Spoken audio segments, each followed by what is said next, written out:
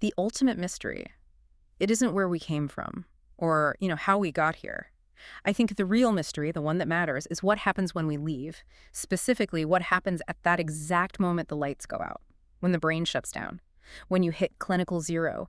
Because what people report in those moments, it completely defies our understanding of reality. It forces us to reconsider the most fundamental thing we think we know, the relationship between the mind and the body. It absolutely does. We're talking about near-death experiences, NDEs, and what they represent is this fundamental medical contradiction. It's something neuroscientists and critical care physicians are still really struggling to reconcile. Because the prevailing narrative, the official narrative, is so simple, right? It is. The idea is that consciousness is purely generated by the brain. It's just an emergent property of all that complex biological machinery. So when the machine breaks, consciousness should break with it.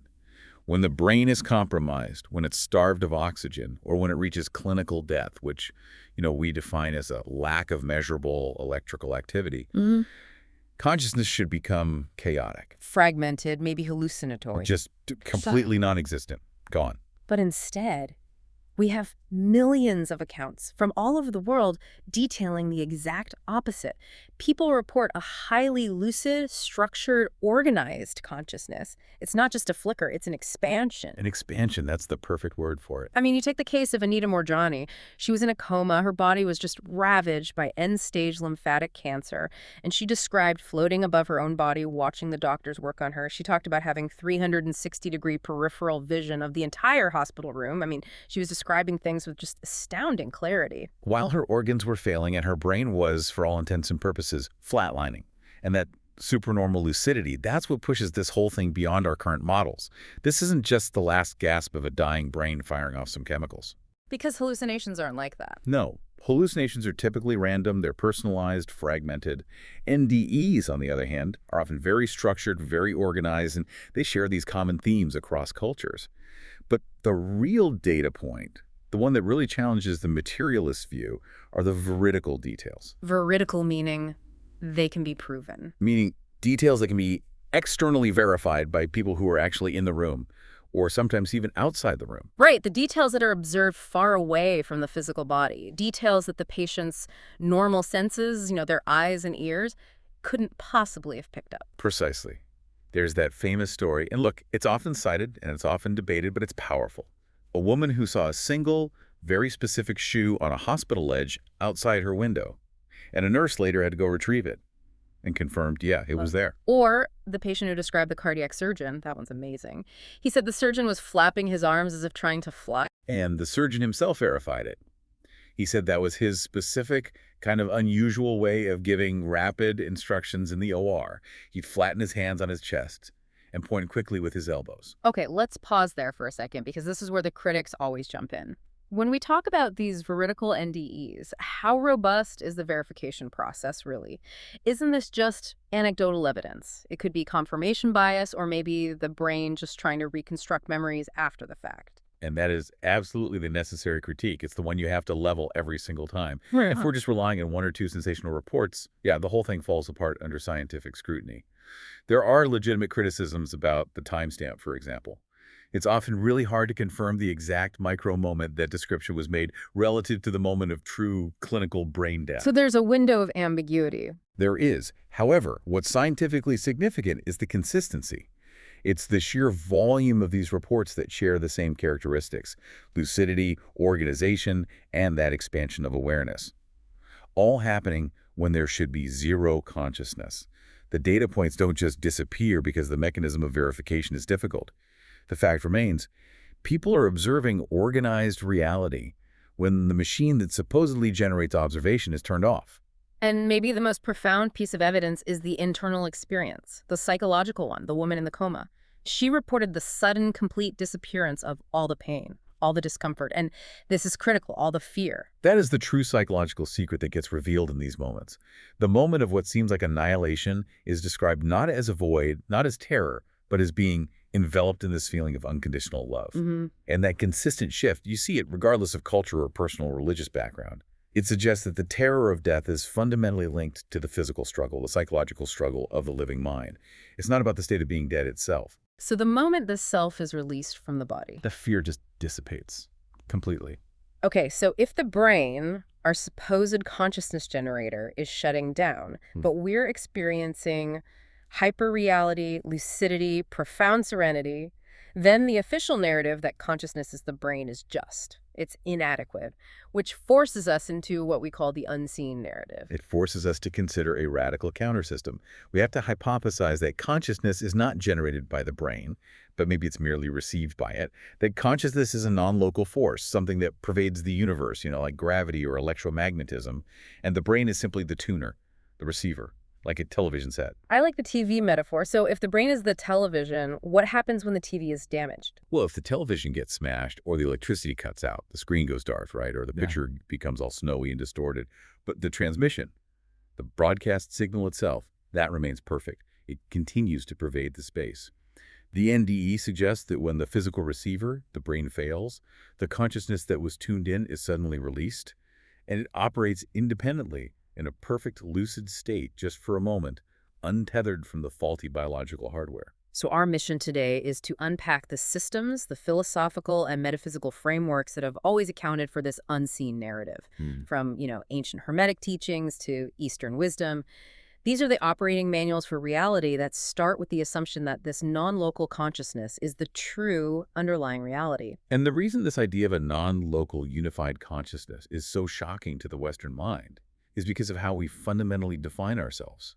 We're brought up with this powerful, almost inescapable concept, the skin-encapsulated ego. That isolated I, the feeling that my consciousness is an island located, squarely between my ears and behind my eyes. Everything outside that skin boundary is automatically categorized as alien, as not me.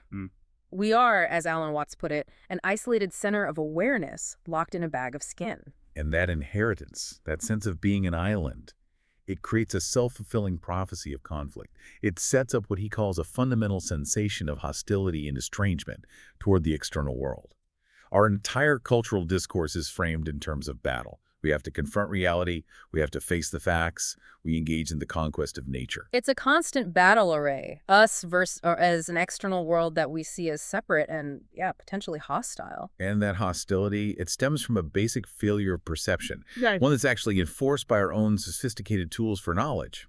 Watts made this brilliant point about it. He said, the world doesn't naturally come at us in sharp, clean lines. It's a multi-dimensional continuum. It's a flow. Everything is happening everywhere at once in this unified way. But our notation systems, our language, our words, our numbers, our science, they force us into linear scanning. Yes, they're designed to chop reality into these discrete, manageable units. Think of a coastline.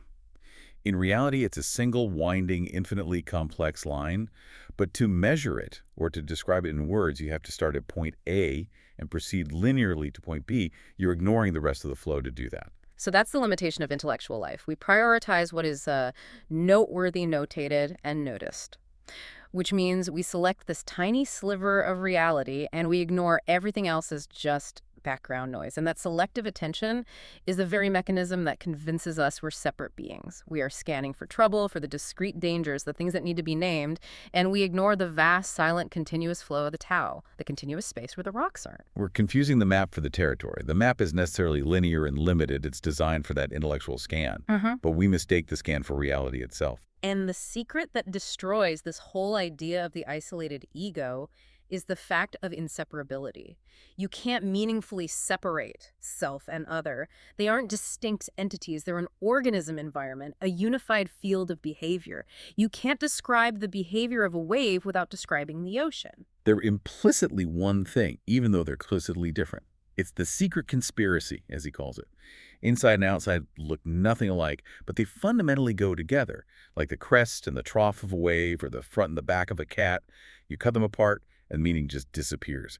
Watts implored us to see that each one of us is just a waving of the whole cosmos. The universe isn't making you, the universe is doing you. It's an act of spontaneity. Okay, but if that's true, if we are just a waving of the whole cosmos, why do we cling so ferociously to the illusion of being the skin-encapsulated ego? Because the ego, being defined by its boundaries, is terrified of its own impermanence.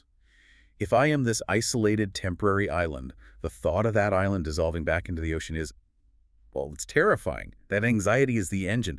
We cling desperately to the idea of permanence in a universe that is built on flow. And this is exactly what Eastern systems have been decoding with, like surgical precision for centuries. This chronic frustration, this perpetual sense that something is just slightly off, that we're running on a psychological hamster wheel. Buddhism calls this dukkha. Dukkha. It's often translated simply as suffering, but that's a bit too crude, I think. It's better understood as chronic dissatisfaction or frustration, the feeling of being stuck. It is the attempt to solve fundamentally insoluble problems. And the greatest of those is trying to make flux permanent. The search for the no-lose game, trying to have light without dark, or trying to win without the possibility of losing, it's fundamentally impossible. Because everything in existence is, what's the term? Anicca. Anicca. The principle of impermanence. Everything is changing. Everything is flowing. To try and hold on to a moment, to a relationship, to a feeling, to a sense of self that struggle to solidify what is liquid, that is the definition of frustration.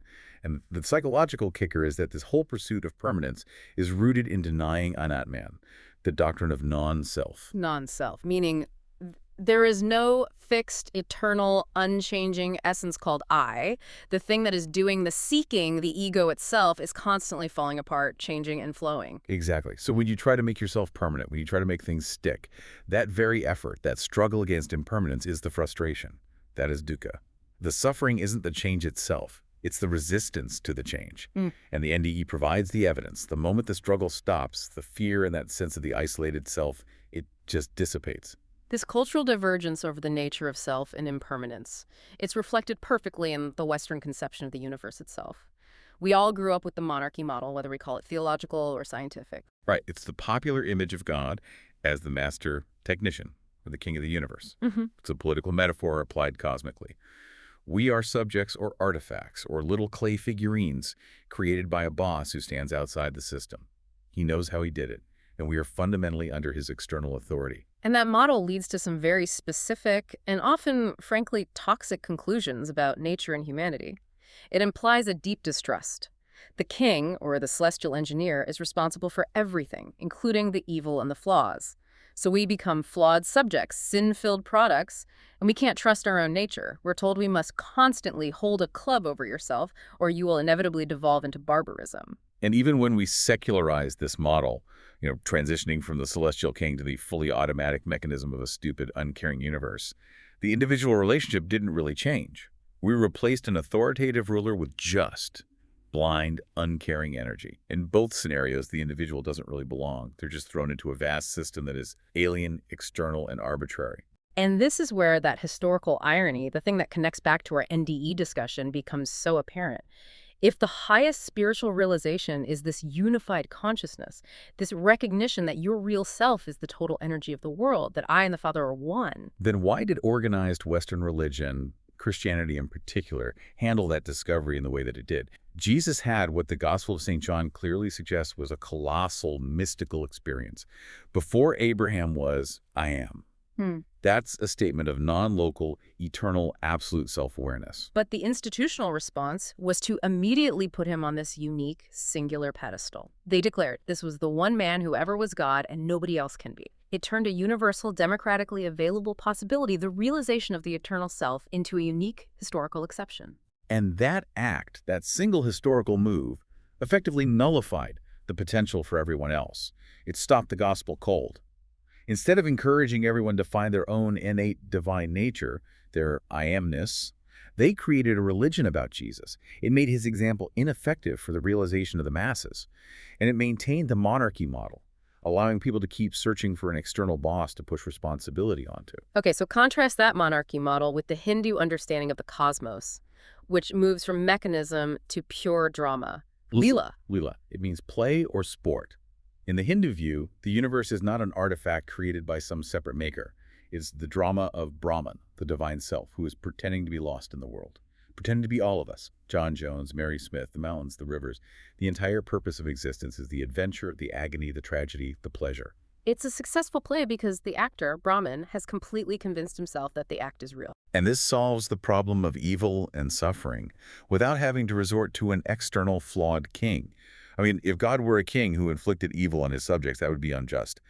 But in this theory, Brahman isn't another person. There are no victims of God because he is never anything but his own victim. He is simply experiencing everything intensely and dramatically. And the scope of this drama is just, it's incredible. It runs in these vast cosmological periods called kalpas.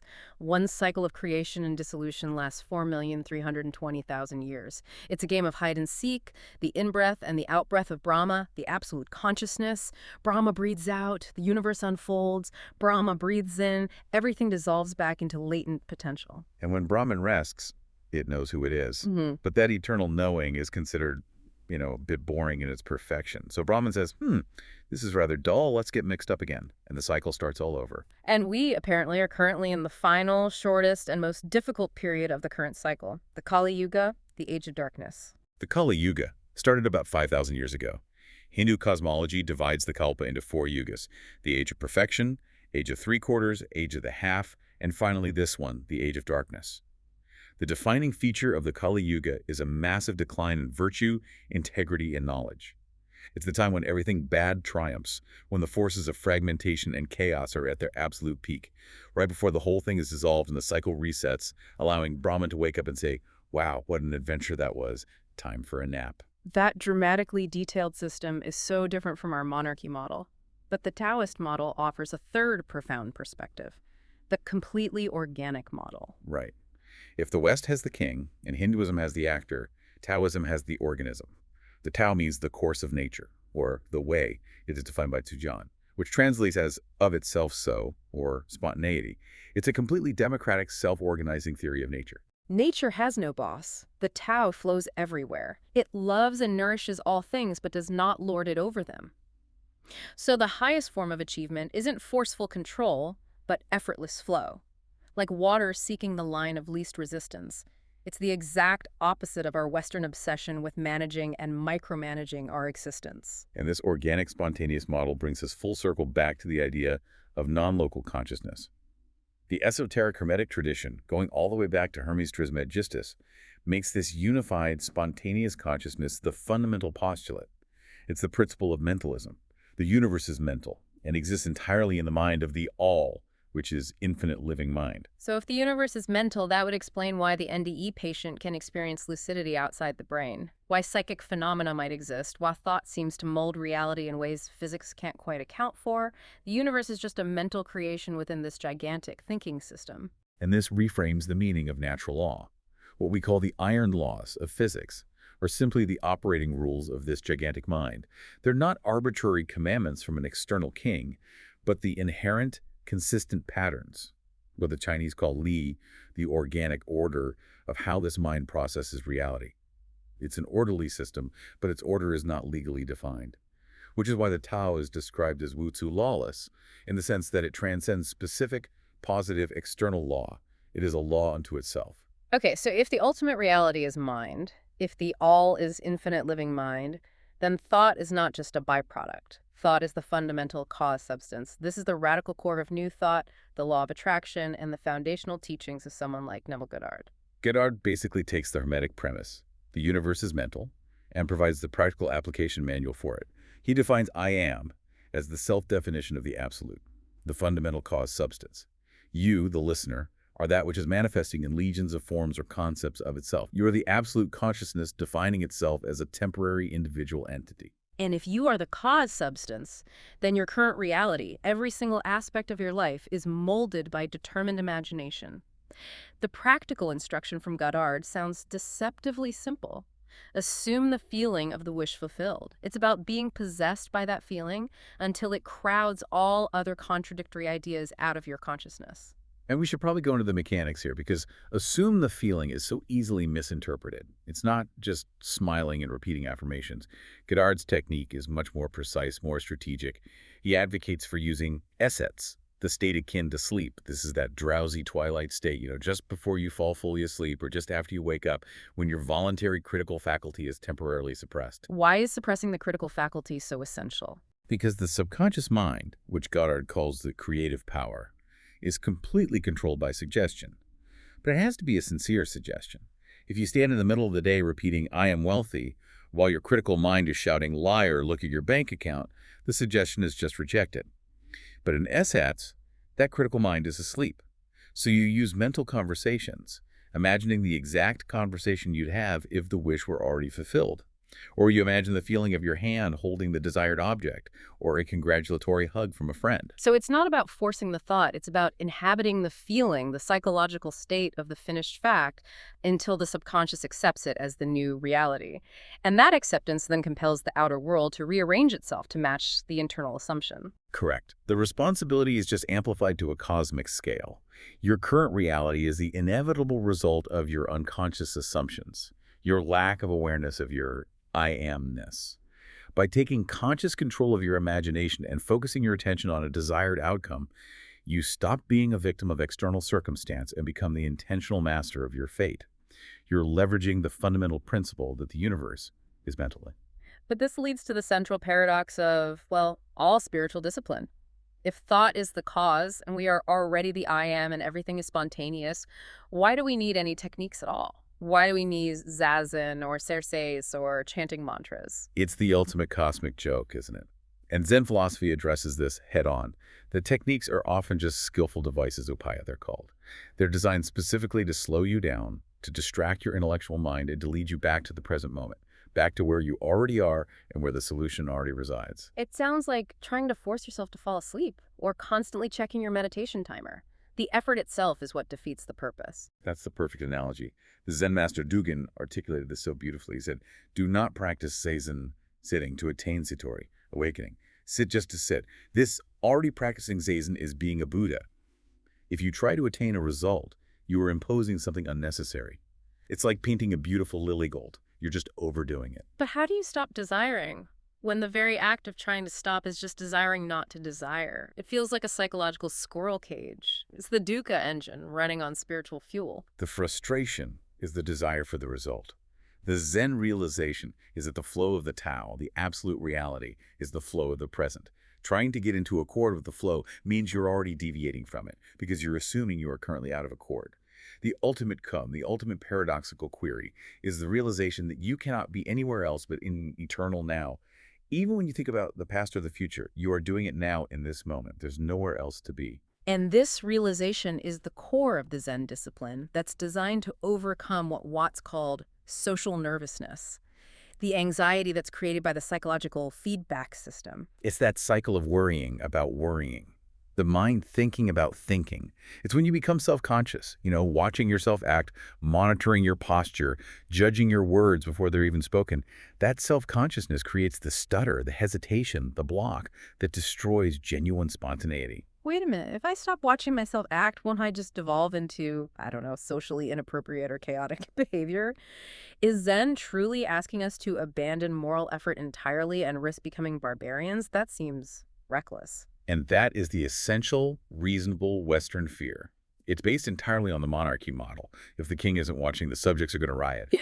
But Zen says that if you stop trying to control your voluntary and involuntary actions separately, when they become one happening, like breathing or the spontaneous firing of your nervous system, you don't devolve into chaos. You become unconsciously competent. Unconscious competence. Think about tying your shoes or driving a car after you've had years of practice. You don't actively think, now I must move my left hand precisely 40 degrees while applying 5 pounds of pressure. The body just knows how to do it without the intervention of the critical ego. Zen is about extending that unconscious competence, that knowing how without knowing in words, to your entire life. You realize you don't need calculated effort to beat your heart or to grow your hair. When you stop interfering with the flow, you act perfectly spontaneously. And you don't misbehave because your inherent nature is the same as the organized flow of the Tao. This wisdom of effortless, spontaneous flow, it requires a final synthesis, a kind of coming to terms with the beautiful and messy complexity of the universe. And that means accepting the necessity of opposites, polarity. The world is fundamentally a system of inseparable differences. You cannot have light without dark, or order without chaos, or being without the necessary blankness that preceded your birth and that will follow your death. To try to eliminate one side of the polarity, playing no-lose game, is a fundamentally insoluble problem. It's what drives dukkha. We often think we want a world that's all positive, all sunshine, all winning, but that would just be a static, overwhelming, uniform desert. The fact is, the feeling of life being all right is only conceivable because, way in the back of your mind, there's the knowledge of something absolutely terrible that might happen. The two poles, different as they are, they mutually imply each other. Even conflict is part of the conspiracy. It's part of the dance. We lose the meaning of chivalry when we forget that all groups, all systems, need an adversary. That enemy group is actually a necessary friend that forces you to define yourself. It prunes your group, keeps you on your toes, and prevents you from becoming stagnant or flabby. That's why, in the old customs of chivalry, you saluted the adversary before and after the fight. You acknowledged the interdependence. You couldn't be who you are without the challenge they presented. And this realization, this synthesis, it has to extend to our own moral architecture. We have to accept the necessity of imperfection. This is the Confucian concept of what's called the element of tzerhara, the irreducible rascality. That phrase is so striking. Irreducible rascality.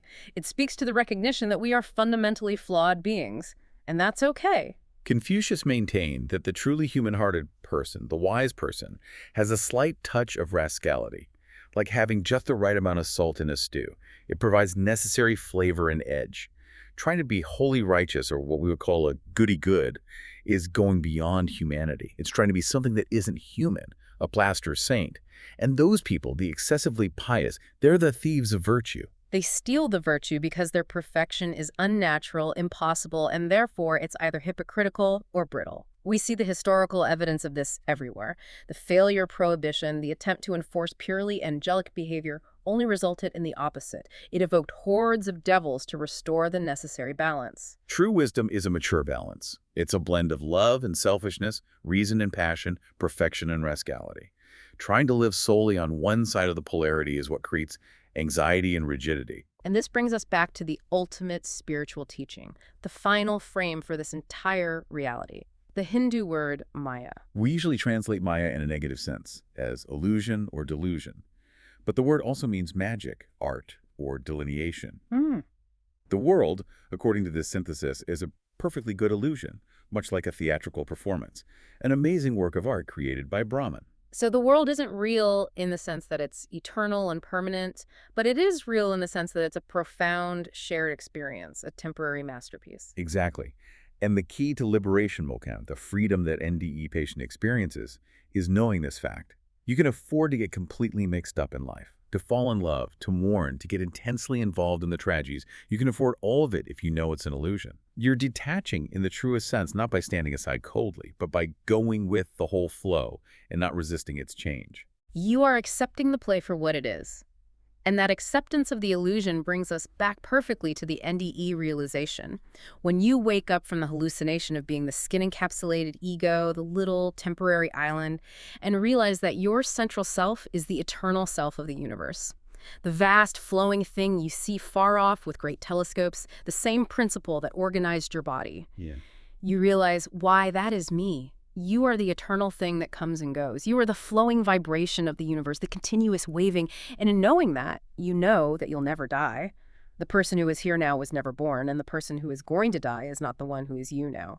You are the continuous, self-organizing pattern, appearing now as John Jones, now as Mary Smith, now as the next generation. It's not about finding a spiritual body or a material body or even a permanent soul. It's about realizing that reality is simply one instantaneous, momentous happening that is not separate from the infinite. It's the absolute now, eternally reinventing itself. It is the spontaneous, continuous act of creation. What's so striking about this entire synthesis of NDE data, Hermeticism, and Eastern philosophy is the sheer democracy of the experience.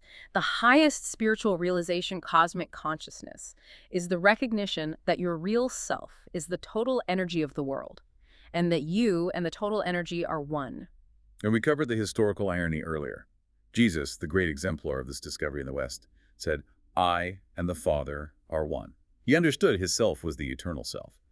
But the system that followed took that universal truth and put him on a singular pedestal, making his realization an exception rather than an invitation. That one theological move, declaring the discovery a unique historical exception, effectively nullified the possibility for everyone else.